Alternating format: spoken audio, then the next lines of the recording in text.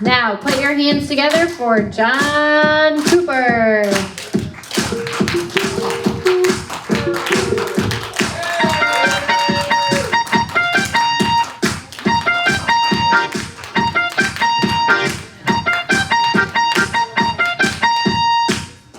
Welcome to Fusion Tonight. I'm your host, Jon Cooper. How are we doing tonight? Yeah! All right. I hope you guys are having a fantastic week. We have a great show for you guys tonight. But before we can get into it, we got to talk about all the crazy stuff that's going on in the news. I don't know if you saw this. For the first time ever in world history, a baby was born with DNA from 3 parents. Isn't that amazing? They decided to name the baby Congress because when he grows up, anytime he wants to do something, he'll need at least 2/3 majority.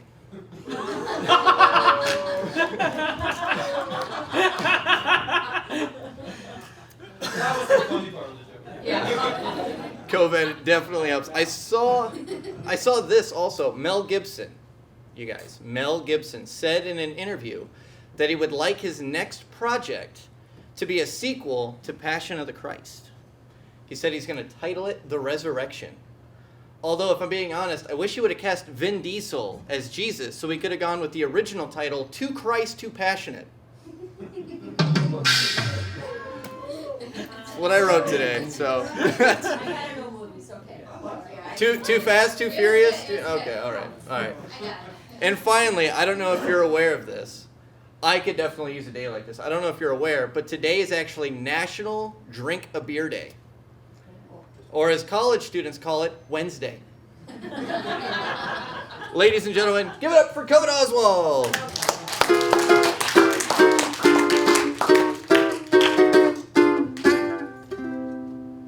COVID Oswald, ladies and gentlemen. You guys, we have such a fantastic show for you tonight. We're going to be talking to some cool people. Coming up first, after Joyce and Concerns, Jenna Engel is going to be here. She is our education director. She's going to be talking about a fun thing we're going to be doing close to Halloween. So Jenna Engel is going to be stopping by.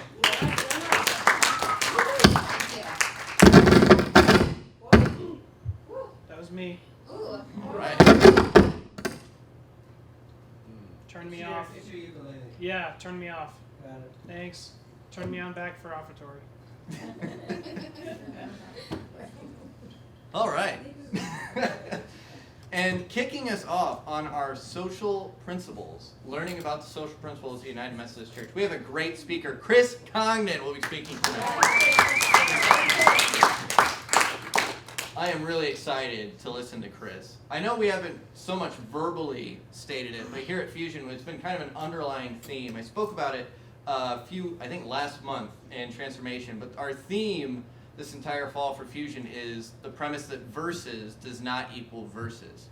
Bible verses does not, just because you believe in the Bible and the Bible verses does not mean that you're necessarily opposed or against everything that's going on in the outside world. And I think tonight when Chris talks, is going to be a great way to kind of kick off into kind of how Methodists deal with some of the, how do we relate to the outside world, how do we coexist, and how do we get along. So it's going to be a great series. I'm excited to have Chris kick us off. So I'm hoping it's going to be pretty riveting. I think we're going to learn a lot. But before we can get into all that and all the learning and all the meaningful parts of worship that are going to come later, we got to talk about the meaningful stuff we're going to do right now. And right now we're going to do our open mic time. And if you're not familiar with Fusion, that looks a lot like Joys and Concerns. So this is where I open up the floor to all of you. If there's anything in your heart, your mind that you just want to get off your chest, you want to share with the group, you want us to take time to pray about with you, this is that time. I usually like to start off just to get the ball rolling. And I didn't know how I was going to address it because I've had like what seems like an awful week. And I say what seems like an awful week because I was so angry when I got home from work today. I was yelling.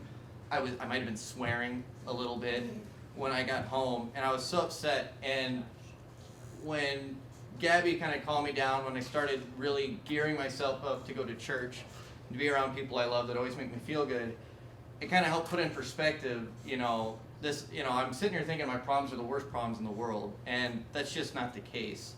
Gabby and I are attending a funeral on Friday.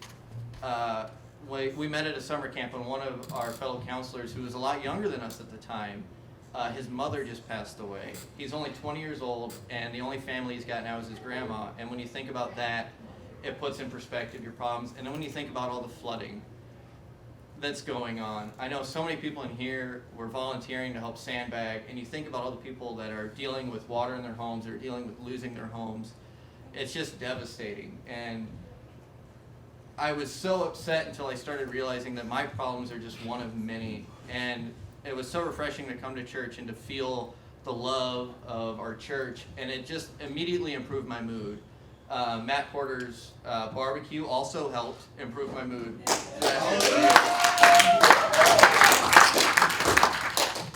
But being around people that can just lift you up when you walk into an area where everyone's just showing God's love, and they're really just, they don't just say the words, but they live them. And I just couldn't help but think about how powerful that could be, not just for someone, I walked in feeling crappy and now I feel great. And if we take that love that's in our church and we spread that to people like our friend whose mother's passed away, if we spread that to people that are dealing with floods, we can really do a lot to lift everybody up and not just ourselves. So my prayer is that we keep doing that, because this church is awesome. This church does so much good work.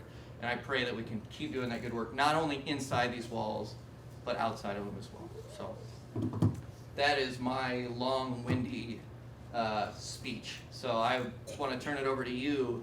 Anybody else that has anything going on that they want to share, that they want to lift up, that they're just too excited to not share with us tonight. Can I do another long, windy speech? Absolutely. Okay. I like long and windy speeches. Hopefully it's not going to be too long, but I'm just hoping and I pray that people within this church during the time before the elections can be respectful of both candidates. I'm openly Democratic, and my daughter is working on the Hillary Clinton campaign. But I hear people talking about Donald Trump, and I don't really like. I don't want to say anything bad about him. He's working very hard. He's a good father. He's got very good qualities about him, and I just hope that our church can be a representation of what it's like to be in a political election that's really on the far ends, that we can show respect to each participant. And because I think what happens sometimes is that each candidate has so many people working for them, and in essence, if you're talking about that person as if they're not worthy of being or even running for the position, it really discounts all the work that the supporters are doing. And so I'm just hoping that as a church or people here, even if we have disagreements about what our views are on issues, that we just speak respectfully of the candidates, because they are working hard. And if we didn't have two candidates, then we'd have a communist country or something. So we're a dictatorship. There you go. That's a very good point. So I agree. I think it's so easy to become divided by what we see on the media or what we see on your crazy uncle's Facebook page. But I think as long as we realize that we're all people that are really working towards a common goal, and that's for a better country for everybody. I think most people that live here just want everybody to be happy and to be successful. And I think when we take into account that both parties, that's all they're really working for. So whether now you have a severe difference of opinion, it's okay to disagree. It's okay to have a difference of opinion, different ideas. That's what makes our country great. But yes, we need to realize we're all on the same team in the end, and we're all striving for the same goals. And if we're able to do that and keep that as the focus, I think we're all definitely better off. So thank you, Pat, for lifting that up. Anybody else? Long, windy, short, brief? Matt in the back. How about a moderate middle speech? No, I don't. See, we don't do moderate. It's extreme this or this. All right, we'll see if I can. Let's go, Gary Johnson. Let's see what you got. Okay. So, just a yay God, and it's times like this when natural disaster hits that even in the midst of the tragedy of that and hearing the stories of families and what they're going through, it's times like this where I'm really excited about being a United Methodist. With UMCOR, our United Methodist Committee on Relief, the way that they're responding, the way that the churches are coming together to help out the surrounding communities, is just a really exciting thing to be a part of right now. We have 400 flood buckets that are arriving at our church here's a plug. If you're available, we would gladly accept your help from those. But those will be dispersed tomorrow afternoon to the surrounding communities that have experienced that devastation. And just the praise for that from the surrounding area pastors, that they're so glad that we are a church that is in connection with one another, that we have one another's backs. It's just so encouraging to people. And they see Christ moving in that. So I just praise God the way that God is moving through the UMC. Absolutely. Thank you for lifting that up. Thank you. Anybody else? All right. With that, let us be in an attitude of prayer. Gracious and Holy Father, we're so thankful to be able to gather with one another here tonight and to share openly all the things that are on our heart, and to be able to lift up those things in our heart that maybe we're too afraid to share out loud, but are never afraid to share with you. Lord, there's so many things that go on in this world that can frustrate us, that can challenge us, that can even divide us, that can pit us against one another.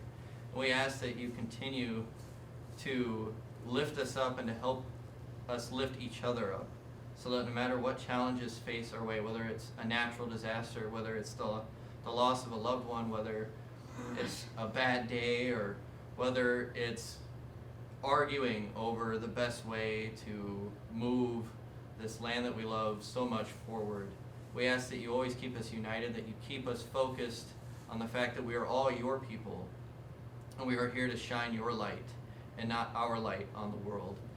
We ask that you continue to bond us together and to keep us together so that we can walk side by side with you and do all of the good works that you have asked us to do. It is in your name we pray. Amen. All right, ladies and gentlemen, it's time to get hyped. It's time to welcome our first guest. She is our education director here at this church. She does a wonderful job, and we're excited to talk to her. Please give it up for Jenna Engel.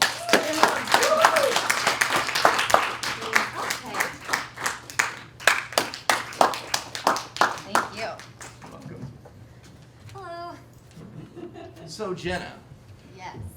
you're here to talk about something cool. I forget the name of it. You want to remind me what it is that you're here to talk about today? I'm here to talk about trunk or treats. Trunk or Trunk or treats. trunk or treat. So like, is that where you like go door to door and you like demand candy, and if they don't give it to you, you're like, hi, I chopped your tree down. Now you just have a trunk. Is that like, am I close? No, we're not that aggressive about it. Oh. So what it is we are going to have people sign up to come and park in our main parking lot, and you're going to decorate your car, and we have themes. So if you're interested or being this type of person that's going to decorate your car, let me know, and I'll let you know the themes that we have. And then so the kids will go trunk to trunk, and you get to hand out candy, but I'm putting a spin on it because I would like the driver to also hand out their favorite Bible verse. I think that's a really cool thing. Yeah. And it would probably be really hard because I know a lot of people have a lot of different favorite Bible verses, or some just have one particular one that they go to. And I was thinking, as a mom, how cool would that be for me to go home, get all the candy out, eat what I want, and then read through the Bible verses with my kids. Ah, you're a thinker. I try. You are a thinker. So not tree trunks, but No. like car trunks. Like car so trunks. Like there was a disconnect there, but I'm on board now. Yes. You like it? I do. So you're going to sign up? I will sign Okay, up. good. I think that sounds, and then Bible verses. I think that's a great idea because I think so many times Halloween's just an excuse to get Right. cavities Yeah. and just eat candy and throw out candy corn because that's disgusting. And You don't like candy corn? no, No. no, heavens no. Good to know. But I think it's great because then instead of just eating candy, we can talk about Bible verses, and then someone can like drop some Old Testament in there, and then your Yep. kids are like, "That's scary," and you're like, "Well, it is Halloween." So. It's all. That's true. But that's great. So, do you have a favorite Bible verse? I don't have one. And I've been pondering on it ever since I got this idea. And I'm not going to share mine until I finally come down to the one that I absolutely want. Because there are, as you go through life, there's different ones that mean more to you. So I'm not going to share. I will do it the night of. like that. I think that's gonna be. I'm picturing like all these people in like Halloween costumes. I hope so. And someone's gonna be like dressed up as this like scary skeleton. No, we have guidelines. It's a family event, John. Yeah. So we can't have like I'm just- scary. I'm just imagining like the skeleton, you're like, raw, and the kid's like crying, and he's No. like, also, even though I walk through the valley of the shadow of death, and the kid's like, go on. No, family event. But we do want the adults and the kids to dress up and have fun, but within reason, you know, because the last thing I want is anybody to get scared, and then I'll have to ask that skeleton to walk back through the valley of death home. Get back. Get going, because Shoot. you're scaring the kids, and I can't have that. But so if you do want to participate, let me know. And Lindsay Zimmerman is working with me on that. And I also have another fun thing to share about it. You know how everybody loved the meal tonight? I love the meal. It could have come with free toilet paper, but I loved the meal, Matt. I absolutely, it was delicious. The barbecue sauce, my goodness. Mm-hmm. So we're gonna have a repeat. Not particularly everything's gonna be a repeat, but we're definitely gonna have Matt back on that night. I know. Yay. Yes. Aren't you and glad then- you signed up to be our personal chef? Yeah. I know, I'm so happy. It was so nice today. And the meal was delicious. I really, really appreciate it. I was telling Lisa all day, I was so blessed that this was the one day that Matt was going to be here for us tonight.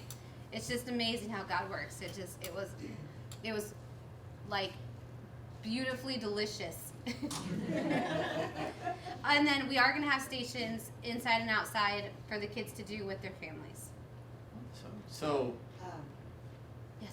I was gonna say, my son's a dentist, and that's really great to have all that candy. But, Oh. I just wondered, could you throw in some grapes and popcorn or things like that? During dinner we'll definitely have that, and then the people that are Well, I mean, handing, for the children. yeah. So whoever is handing things out, it will be their discretion, but we can definitely suggest some healthy snacks as well. we need a toothbrush lady. We need the one lady that gives the kids toothbrushes. Yeah. When they're like, thanks. But no, Well, that definitely. is a very good point. Yep, we'll Well- encourage that too. Healthy living and healthy teeth. Yes. So- eating it all anyway, she said. So trunk or treat. Yep. And that is going to take place October 26th. Yes. Which is a Wednesday. Hmm. And there's going to be candy. There's going to hopefully be grapes and toothbrushes. Yep. There's going to be stations. Yep. There's going to be costumes, but not skeletons. No, not Is what I just learned. nothing scary. And favorite Bible verses. So there's a lot going on, and we encourage all of you to attend. Either sign up to give out candy or to just show up to eat it. Yes. I see a hand raised in the back. Do you have a question, young man? That would probably be a waste for me. The toothbrush? Yeah. Oh. Well, too bad. You don't get to make the rules because you're a child. You will brush your teeth and you will like it, young man. And grapes are delicious. Seriously, get on the bandwagon now before it's too late.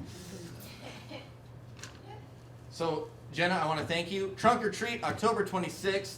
Bring candy, bring costumes, bring Bible verses, bring good cheer. Yes. And bring an appetite, because Matt's going to make you fat. So this is going to be delicious, awesome. yes. Trunk or treat. Give it up for Jenna Engel, ladies and gentlemen.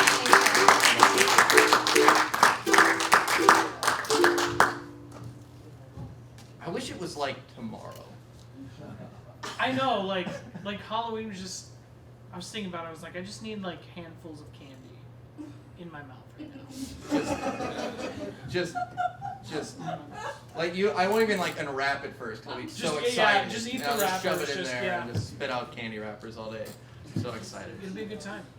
Halloween is so underrated for holidays.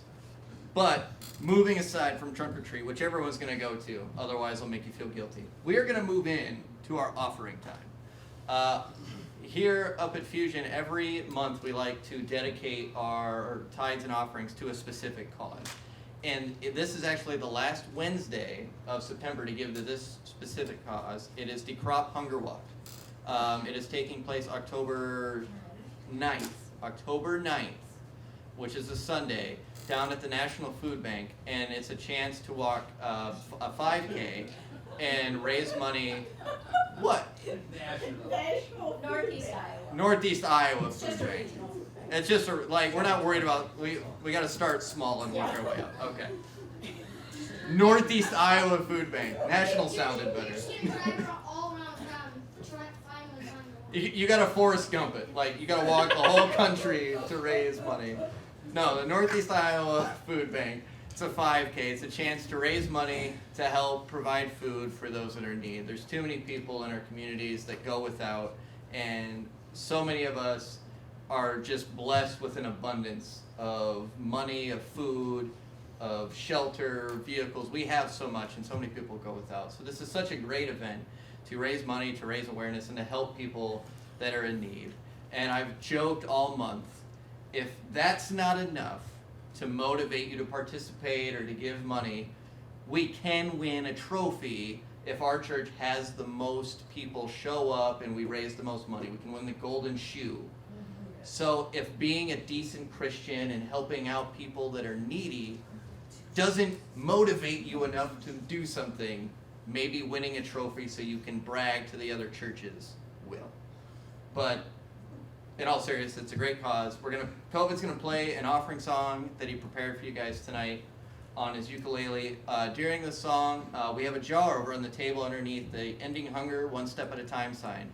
During the song, you can get up and place tithes and offerings in the jar. If that makes you uncomfortable, you can place money in it on your way out. And if money is not a gift you want to lift up, you can always lift up your prayers. There's nothing you can give that's too little when it comes to lifting up the people that need us the most. So we now go into our offering.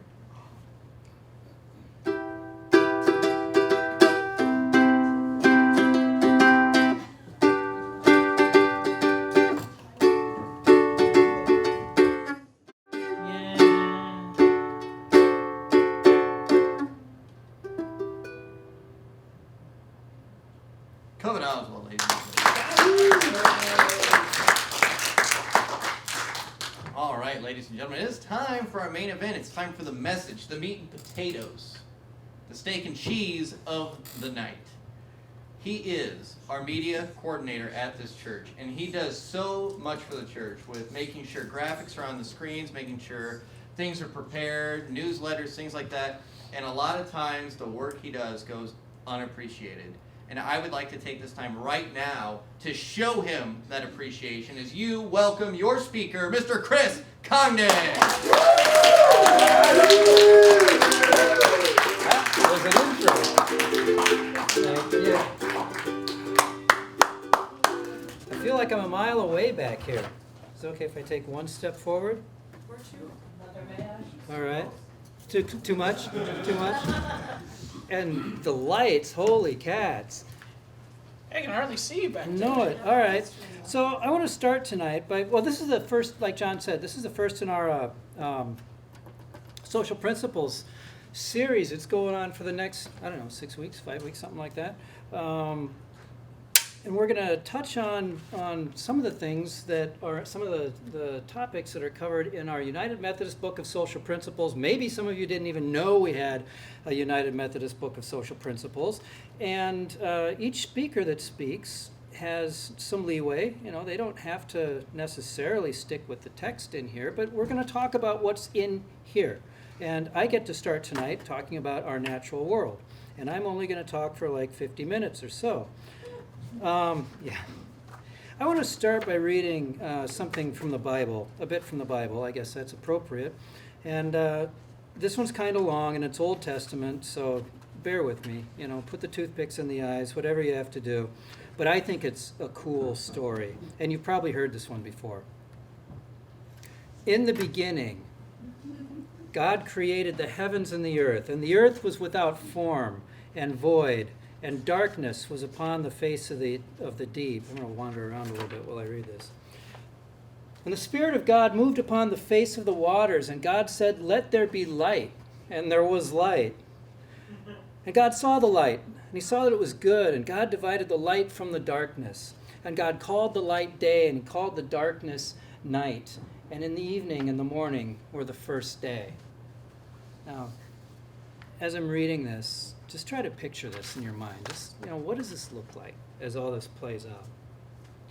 Well, God said, let there be a firmament in the midst of the waters, and let it divide the waters from the waters. And God made the firmament and divided the waters which were under the firmament. From the firmament's hard to say over and over again. And it divided the waters which were under the firmament from the waters which were above the firmament.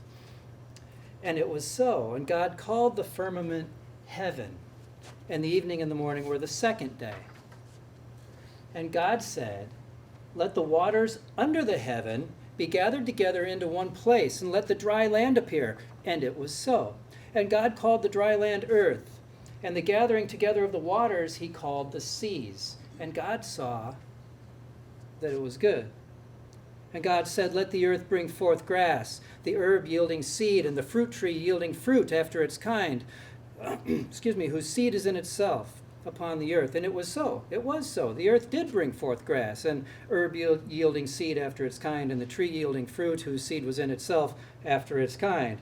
And God saw that it was good. And the evening and the morning were the third day. And God said, let there be lights in the firmament of the heaven, to divide the day from the night, and let those be signs for the seasons and for the days and the years, and let them give light upon the earth. And it was so. And God made two great lights, the greater light to rule the day, the lesser light to rule the night, and he made the stars as well. And God set them in the firmament of the heaven to give light upon the earth. And God saw that it was good, and in the evening and the morning were the fourth day. And then God said, let the waters bring forth abundantly the moving creature that hath life, and fowl that may fly above the earth in the open firmament of heaven. And God created great whales and every living creature that moveth, which the waters brought forth abundantly after their kind, and every winged fowl after its kind. And God saw that it was good. And God blessed them, saying, be fruitful and multiply, and fill the waters in the seas, and let the fowl multiply in the earth. And the evening and the morning were the fifth day. And God said, let the earth bring forth the living creature after its kind, cattle, the creeping thing, the beasts of the earth after its kind. And God said that, so it was so. Right? God made the beast of the earth after his kind, and the cattle after their kind, and everything that creepeth upon the earth after its kind. And God saw it was good. Yes. And God said, let us make man in our image after our likeness, and let them have dominion over the fish of the sea, and over the fowl of the air, and over the cattle, and over all the earth, and over every creeping thing that creepeth upon the earth. So God created man in his own image. In the image of God he created him, male and female. And God blessed them. And God said unto them, be fruitful and multiply, replenish the earth and subdue it, and have dominion over the fish of the sea, and over the fowl of the air, and over everything living thing that moveth and creepeth upon the earth. And God said, behold, I have given you every herb bearing seed which is upon the face of the earth, every tree in which is the fruit of a tree yielding seed, to you shall be for meat. It's a bit of a tongue twister, but that's the way God said it according to King James. And every beast of the earth, and every fowl of the air, and to everything that creepeth upon the earth, wherein there is life, I have given every green herb for meat. And it was so. And God saw everything that he had made, and behold, it was Good. It was very good. And the evening and the morning were the sixth day. So when I think about, let's think about something different. Let's start here. There are different understandings of that passage that I just read. It's the first chapter of Genesis, obviously, first 30-some verses. And some of you in this room might interpret that very literally. That's fine. I don't have a problem with that. Where you believe that God spoke and things happened, and that's exactly how it worked. And some of you in the room might think that might think of that story as sort of a compact simplification that leaves out the physics and the chemistry, but still makes the point that God was the initiator of the creative processes. So however it is that you understand the genesis of creation, as people of faith, we do acknowledge God as our creator. And as the creator, God has ownership. The earth and the universe and everything in it, including us, belongs to God. It's his. And God loves it, right? God intended that it be good, and by his declaration, it was. It was good. It was very good. And he's given us dominion over it. Are you awed by that? Because I kind of am. You know, there's this amazing creation of physical mass and interrelated systems of biology and chemistry and geology and energy that provide us with everything we need to be the living beings that we are. And God has given us, you and me and 7 billion of our closest friends, he's given us dominion over it. And how completely cool is that? And what a responsibility it is. When I think about this dominion thing, and I try to decide what it means, I don't think God has given up his ownership at all. At least I really, really hope not. I think he's got too much invested for that. I think God cares too much for that, and he's shown us that time and time again in the way he reaches out to us. So when I think about our role as those with dominion over every seed that sprouteth and every creature that creepeth, I look at it as though God has granted us a triple net lease on the planet.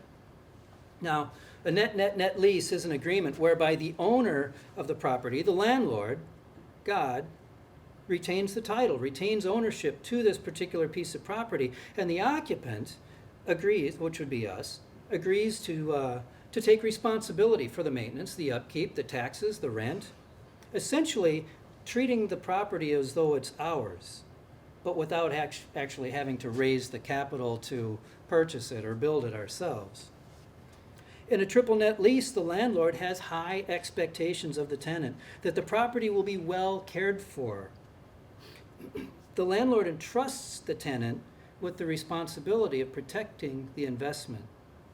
And I am completely in awe of a God who's created this beautiful earth, who's come to us and said, look at this, everything is here, it's beautiful, and here's the keys. So I love the earth. I love being here, and I love being outdoors in it. I don't mind getting a little bit of the earth on me. I love connecting with the air and the water and the dirt that I'm made of. I spent time in the mountains, I've spent time in the deserts, on the seashores and out on the Great Plains. I've been to the tropics, way down south. I've been up north in the boreal forests. I'm a product of the prairie myself. I feel at home here, right? There isn't any one single landscape that isn't fascinating and that I don't enjoy, and I'm awed by the various formations and by the diversity and the bounty of life everywhere. And I hope you are too. But beyond awe, down here on earth, as we moveth about our daily lives, we have to figure out what's a proper way to interact with this earth that we've been given dominion over, God's earth. What's a proper way to play out this dominion thing? And it seems there are some truths that we need to recognize and accept for ourselves as we go about our lives and the business and our business on this earth. I'm going to share 3 truths that I think are key to a healthy understanding of how to interact with the earth, that I think are key anyway. First is that we are beautifully and wonderfully made, and we're capable of amazingly good things, we meaning us, the people. Science and technology and energy production and human leisure activities and small-scale and, even large-scale manufacturing and agriculture can be forces for good for the human race and for the earth. Robust economic activity leads to prosperity. Technological innovation leads to advancements in healthcare and agricultural production. And we humans are, by our creation, we are creators. We're discoverers. And we're explorers. We're amazing. But the second truth is that each one of those activities that I listed has an environmental impact. It's important to realize, it's important to not forget that everything, every single thing that we have has been either mined or harvested, somehow extracted from the earth. This music stand, the electricity that's powering our lights, The lights themselves, the plastic, the metal, the glass that they're made of. The food you ate downstairs, the phone in your pocket, the car that got you here, the road the car drove on, the house you left from, the clothes you're wearing. Everything came from the land, from this earth. Every single thing that each of the 7 billion of us has is a product of this bountiful earth, which we have the freedom to exploit and we have the responsibility to manage. The process of extracting your phone or your car, your food, or these lights from the earth left a scar somewhere.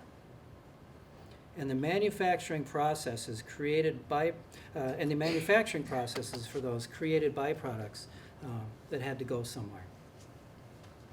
And so the third thing to understand is as we think about all the things we can do and the effects that they have on the earth, we have to know that the systems and cycles that move the air and the water around the planet and that govern the transformation of matter from one form to another, they're all interrelated. Something that goes into the air, eventually it winds up in the soil and the water. Something that goes into the water eventually washes up on shore, and everything that's in our environment, it eventually finds its way inside of us as we creepeth around through our habitat. So this lesson of environmental interrelatedness was brought home to me in the summer of 1988. It was the summer after my junior year at UNI, and I know that's before some of you were born, John, Gabby, and some of the rest of you. It was the summer after my junior year, and I wanted an adventure. You know, I wanted something different than just working in the bindery department of Dad's printing company one more year. And so I finagled my way onto a team which was working in the northeastern United States doing field research into the effects of acid rain on aquatic ecosystems. I was just looking for adventure. And I got that adventure because I got to live out of my backpack all summer in the mountains in the northeastern United States. But you know what? It was also real science. I was expected to contribute real research to the scientific community. And so I spent that summer with my teammates, traipsing around the Adirondack Mountains, collecting and counting bugs from the outflow streams of crystal clear mountain lakes. They were beautiful. They really, really were beautiful. Except they weren't supposed to be crystal clear. They were supposed to be cloudy and murky and rich with biological life. There were supposed to be fish in those lakes, but the fish weren't there. Because, you know, big fish eat smaller fish, and smaller fish eat bugs, which weren't there because the chemistry of the watershed had changed. And the change coincided with the construction and the operation of what was, at that time, the tallest freestanding chimney on the planet. The Inco nickel smelting plant in Sudbury, Ontario, was more than 100 miles away. Now, it might not be scientifically accurate for me to say that that one industrial activity was responsible for a dramatic change in a distant environment, but the thinking is that the sulfuric and nitric acids from that smokestack were a major contributor to the die-off of the microinvertebrates and the phytoplankton in the Adirondack lakes. And those tiny critters are the basis for that whole aquatic biological system. You know, it may or may not be fair to blame that smokestack for the dead lakes, but the coincidence is hard to miss. And this lesson was my big takeaway from that summer's experience, that every human activity can have or does have an environmental impact. And it might be right in your backyard, or it might be 100 miles away. It might be 200 miles away. It might be far away somewhere else. Closer to home and closer to right now, the city of Des Moines has legal action pending against the EPA, the DNR, and a number of counties upstream of the Des Moines and Raccoon Rivers.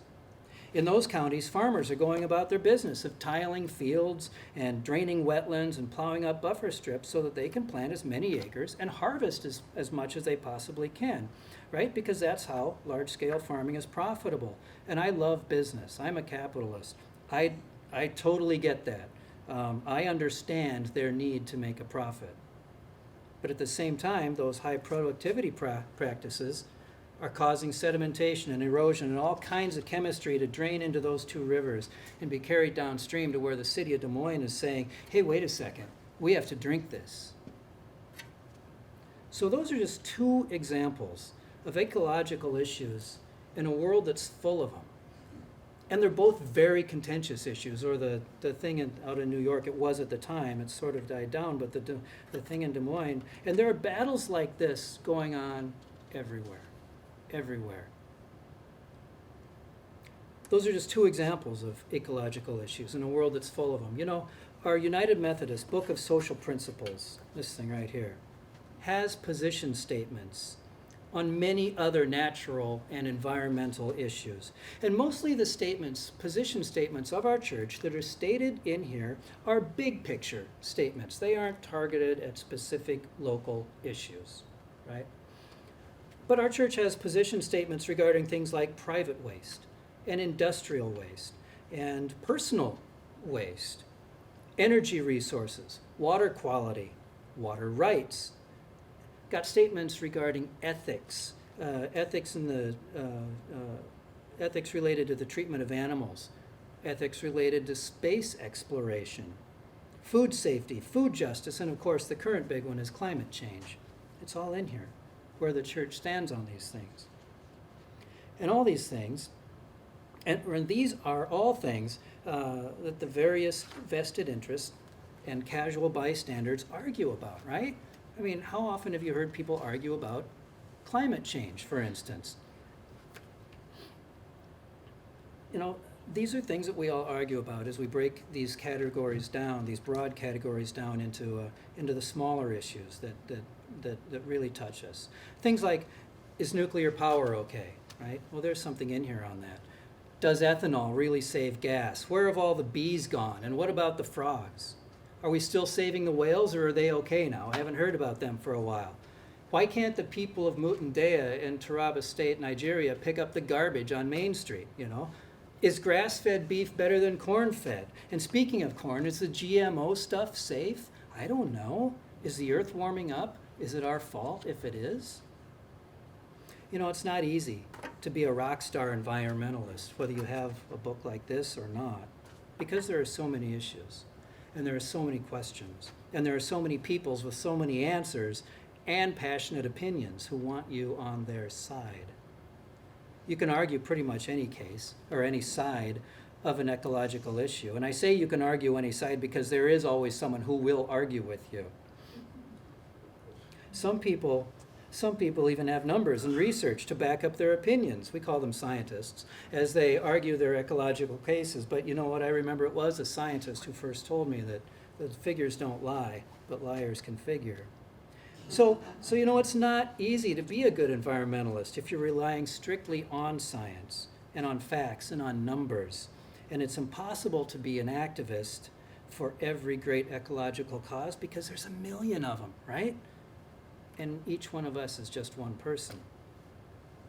So where do we begin? If we're going to take this dominion thing seriously, and we want to do the best for God, and we want to do the best for His earth, well, I propose starting with our attitude rather than a specific issue.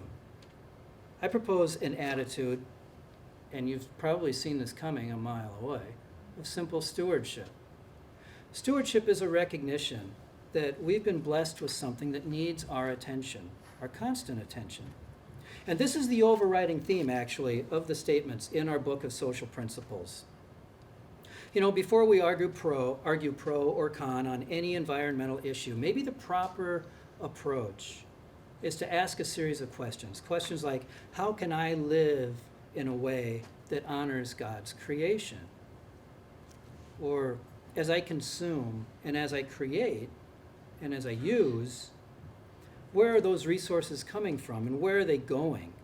Where are the byproducts going? And am I comfortable with my role in that process? How can I live on this miraculous earth and not just use it as a source for raw materials, but recognize it as the creative masterpiece of our God and use it for His glory, right? A platform for His praises. You know, good stewardship of the earth is rooted not in science, not in economics, not in productivity, but it's rooted in an understanding that A, we are God's creation as well. We're part of this and we're capable of good. B, there are environmental consequences to everything that we do, and C, those consequences affect the entire globe. But good stewardship begins in an attitude of deep respect for the blessing and for the miracle of creation that the earth is. I probably talked forever now, but let's wind this up. That summer of collecting bugs was a long time ago. And I'm not much of a scientist anymore. I'm a church media guy. So I dabble occasionally in the visual arts. And as I think about the whole history of photography, some of the most amazing images ever captured, images that stopped everybody in their tracks and left them breathless and speechless, were the first images from space. You know,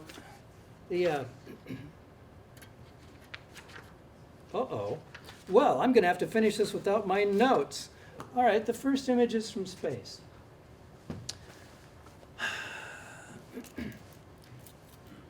You know, if you're going to take a picture of something big, you have to stand back a ways.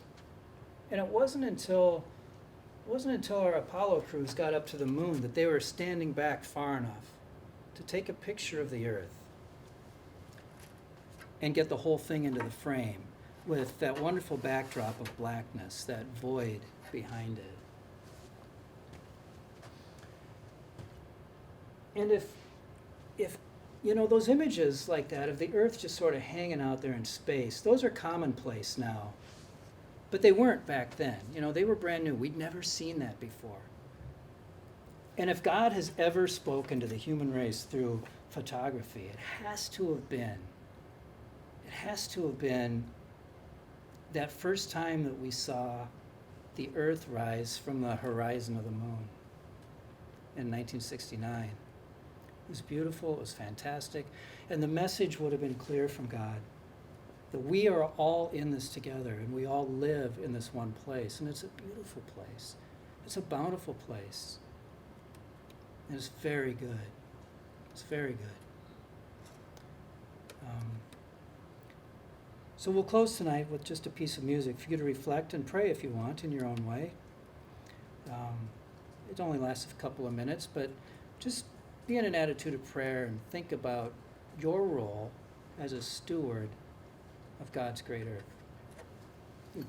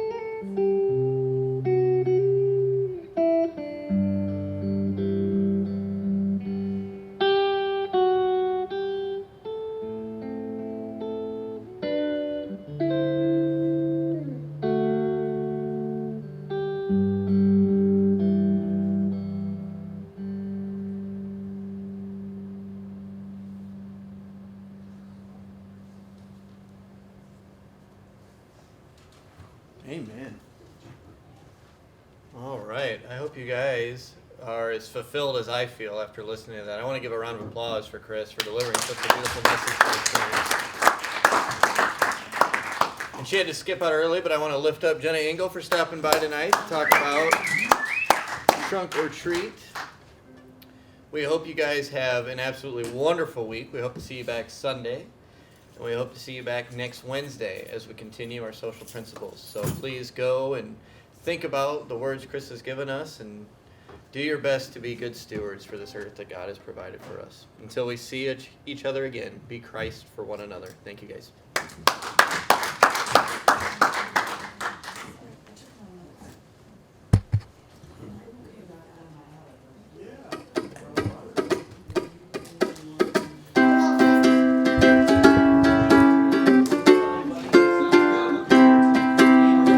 Hello.